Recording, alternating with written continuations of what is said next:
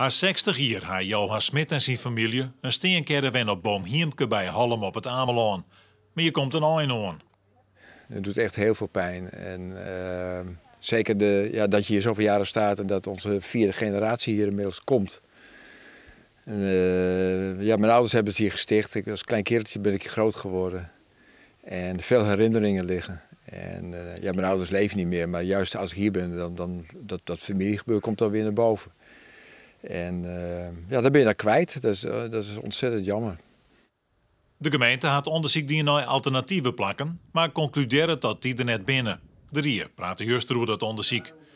Verschillende rietsleden hebben zwagen dat dit orensteencaravan eigenlijk in de toekomst ook hoe komen kan.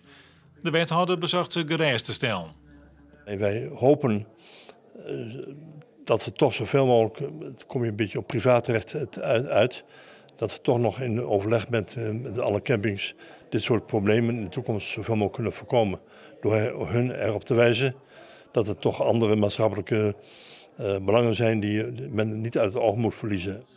Hoe 2 weken besluit de Rier of die hem deel uit bij het gegeven dat er geen alternatieven binnen. Wat het besluit ik wordt, voor de caravan-eigenaars op Boomhiem en Ambousen is het te let. Al 130 van de 240 caravans binnen Fort Helle. Aan van de weken volgt die van de familie Smit. Ze liggen hier Janneke op het strand, hè? Dit is wel een heel bijzondere vakantie. Het is al de 4e keer dat we dit jaar hier zijn. Maar het is wel de meest speciale. Alles wat je nu doet is voor het laatst eigenlijk. En dan dat nu het einde is gekomen. Dat onze kinderen die komen allemaal nog even over. Willen allemaal nog net even in die laatste paar weken toch nog even weer hier vertoeven. En straks gaan we allemaal weg.